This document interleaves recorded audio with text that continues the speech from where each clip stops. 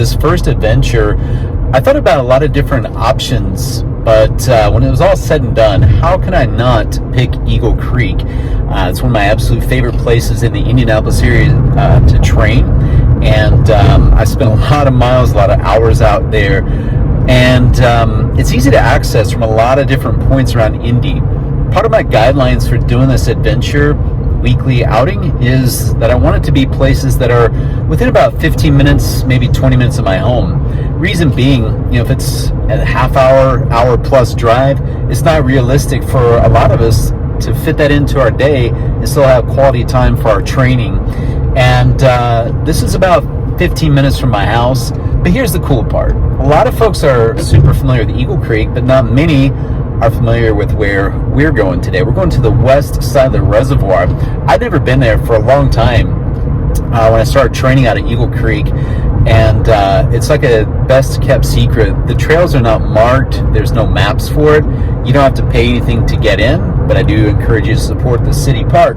It should be kind of cool. I've not been out here for several years, and the intention today is just get in a good steady workout and have some fun and explore. So I don't have a map or anything of that sort in mind. All I have is a time domain. So we're going to spend about 90 minutes, maybe 2 hours at the most out here today and just kind of explore. But the point of this whole thing is to make it an adventure, right? Not going on the beaten path all the time, but also listening to your inspiration, right? That's where you're going to find the most interesting things, getting lost within reason. But yeah, this is kind of a new thing. Just thought, I'll check this out and share the experience with you and see what happens. Catch you soon. All right, so here we are at the Trailhead. There's the parking lot right there. Again, a lot of folks are familiar with Eagle Creek over there. Not many people are familiar with Eagle Creek over here. A lot of different fingers that split off, branch off. If you come out here, just stick with the ones that are a little wider, a little more worn. As you go north, just keep the reservoir on your right-hand side, and you want to find your way back, just keep the reservoir on your left. You're good to go. So this is an easy pace, nothing hardcore today. Just get the heart rate up, get the legs moving, and have some fun. So let's get after it.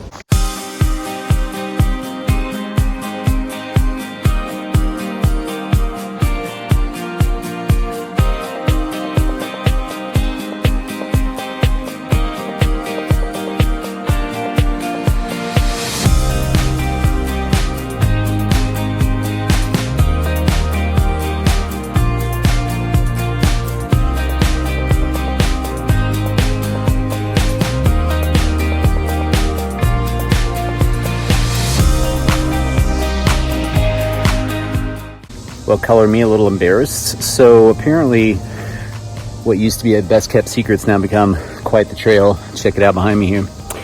Got a sweet bridge. So that looks like a goat path. That's the way we used to do it. Now you got this. Again, it's awesome. Gets people out here more likely to explore. Feels a little safer, a little more friendly, not so off the beaten path, literally.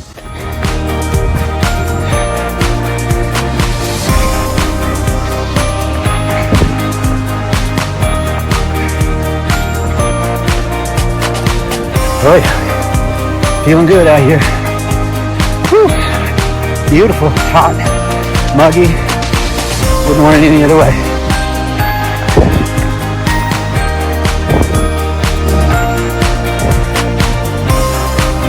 Whoever says there's not hills around here just doesn't know where to look. All right, this is why I wore the shoes that I wore today.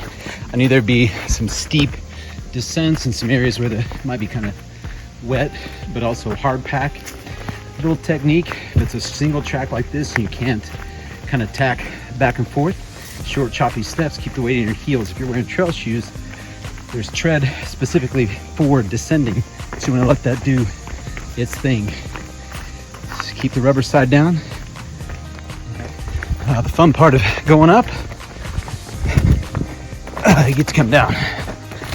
This is not so steep, right? So you can stick a little more to your mid-foot strike if you're a mid-foot striker. But we need to put the brakes on, do little turns, whatever gets steeper. Again, just sink into your heels. It's where the tread for descending is located on the shoe. And should grip pretty tight. Kind of maintain good posture, right? It's easy to get out of alignment when you're ascending or descending. So keep your posture, nice steady cadence, stay relaxed, keep the breath deep and low. Just another little pro tip, if you are running out here on the west side reservoir at Eagle Creek, that little paint mark on the tree, that's marked from previous events. They do 5Ks, half marathons out here on occasion. So if you're trying to get back to what will be the north or south end of this trail, follow that. It's going to lead you one way or the other. But if you keep the reservoir on your left, follow those, you're heading south.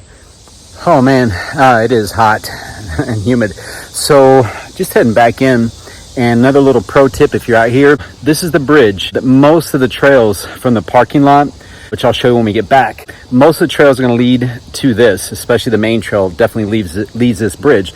Now what happens is you come across the bridge, you're going to find a road. All right, so this road is service road, kind of a thing for the park officials to use, maintenance and so forth. But here's the thing, once you head out that way, if you take any trails to the left, which is what I did today, that's going to take you up by the golf course. So just remember, it's going to push you way further out away. It pushes away from the reservoir. If you're a little bit of a newbie out here, I wouldn't recommend going that way. But if you follow that road and you take some of those main trails to the right, there's those painted dots that are for the courses. That's going to keep you on this side of the road. That's going to keep you closer to the reservoir. It makes it a whole lot easier to find your way around.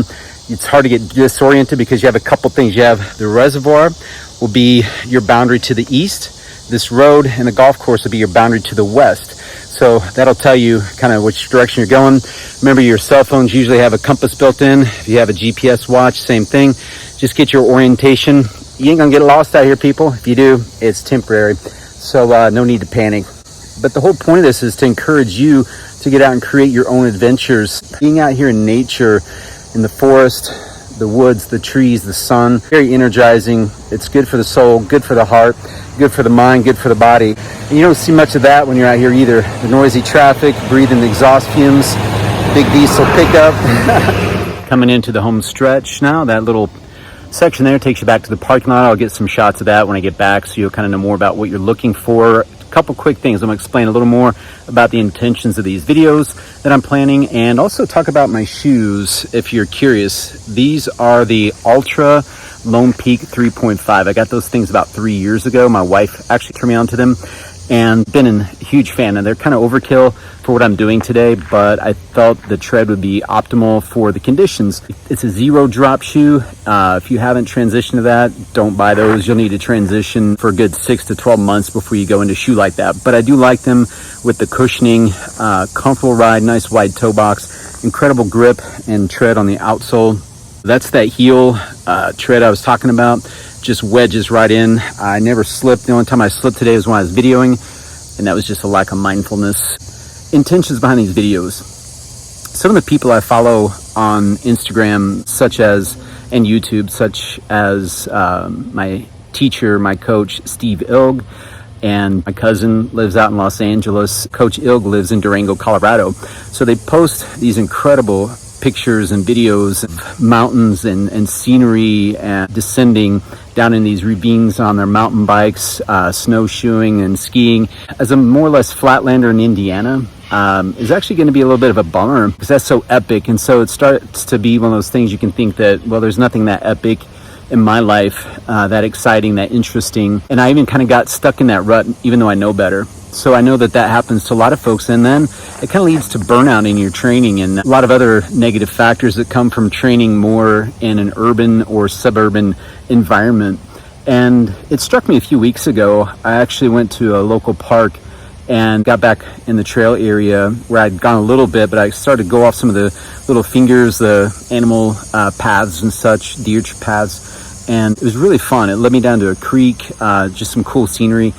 Again, nothing like the beautiful Rocky Mountains or the Pacific Ocean, but for where we are, it's pretty freaking awesome.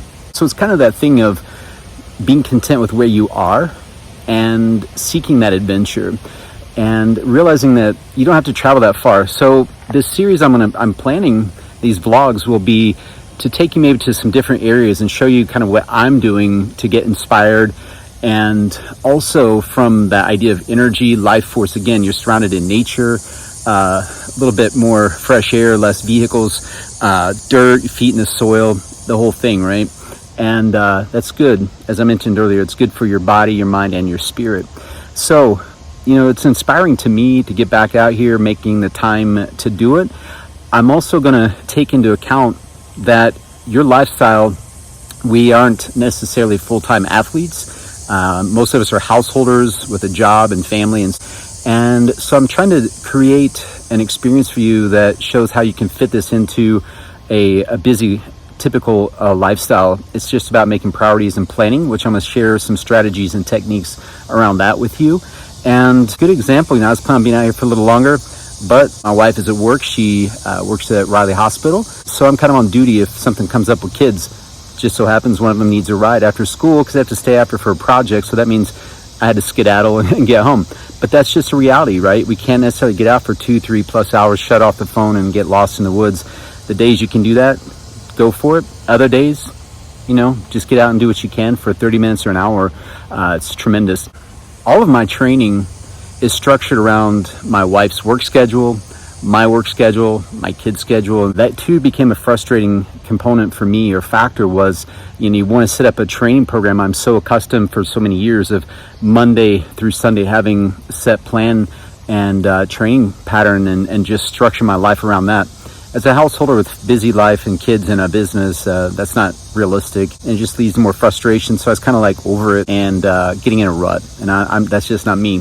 So what I decided is on the days my wife is working and my workload, my client load is light, those are the days I can schedule a long adventure or a longer run or something along those lines. Other days it's just going to be getting out for some intervals for 30-45 minutes. So I'll talk more about my training approach and my schedule. And my goal this isn't about me. I'm sure this is rather boring for most people, especially if you're very advanced. This is definitely not content for you. This is more for people living a life somewhat similar to mine. Also, maybe people more around my age. I'm in my 50s now, 53 as of a couple weeks ago. But also just, we've got things going on. And again, to inspire you to get out and get after it, right? So what I'm going to do is I'm going to put my shoe back on. I'm going to head back up there, get a little shot of the park entrance here that I'm using. We'll just kind of wrap it up at that point. So thanks for being here. Sure appreciate it. Hope you get something out of this. And if you do like it, go ahead and hit that subscribe, hit the like, and share it. Maybe if you want to get the notifications, hit that bell. All right, y'all. We'll see you back at the finish line. So this is the parking lot. You just come in off of 56th Street right there. Make your way in. And the Trailhead is right there on the other side of those vehicles. Can't miss it. Story time, kids. Who knows what the hell is that? So yeah, it's a bear sculpture, right? There's his head, legs, back. Why would that be out at Eagle Creek?